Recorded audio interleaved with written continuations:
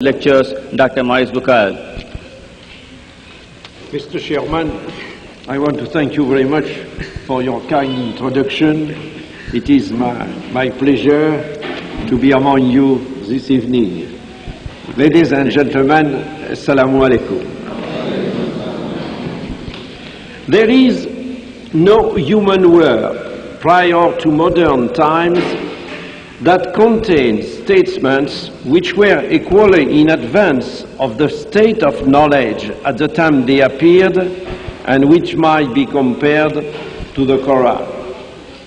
There is perhaps no better illustrations of the close links between Islam and science than the Prophet's hadith, "Utlub al-ilma walau fi sin," seek after science even in China, which is a veritable invitation to man to enrich his knowledge. More significant, if it is possible, is the famous hadith, "Midaidul ulama afdalu min dami shuhada." The scholar's ink is more precious than the martyr's blood. It comes as no surprise, therefore, to learn that religion and science have always been considered to be twin sisters by Islam, and that today, at a time when science has taken such great strides, they still continue to be associated, and furthermore, certain scientific data are used for the better understanding of the Quranic text. What is more, in a century where, for many, scientific truth has dealt a death blow to religious belief, it is precisely the discoveries of science that, in an objective examination of the Islamic revelation, have highlighted the supernatural character of certain aspects of the revelation.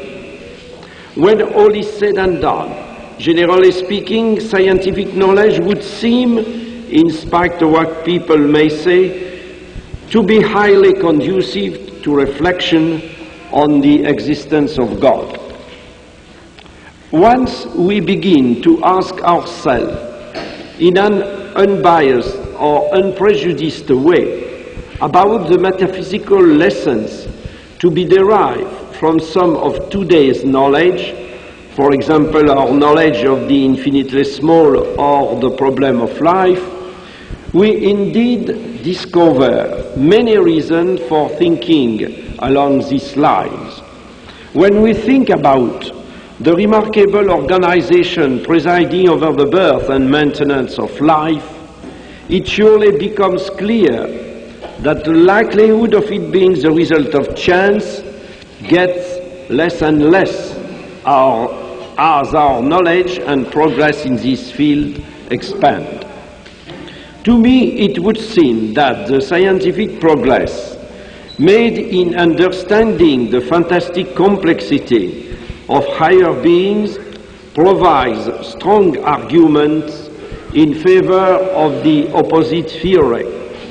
In other words, the existence of an extraordinarily methodical organization presiding over the remarkable arrangement of the phenomena of life.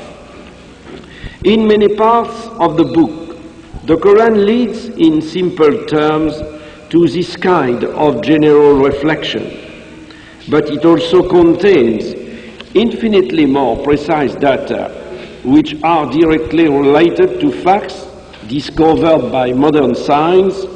These are what exercise a magnetic attraction for today's scientists.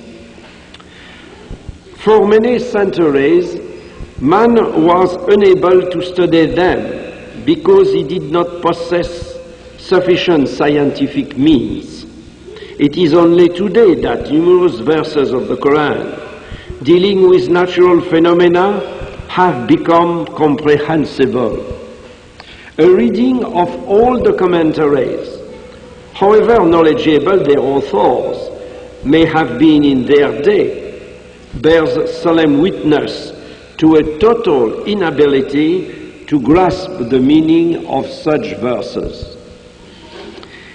I should even go so far as to say that in the 20th century, with its compartmentalization of ever-increasing knowledge, it is not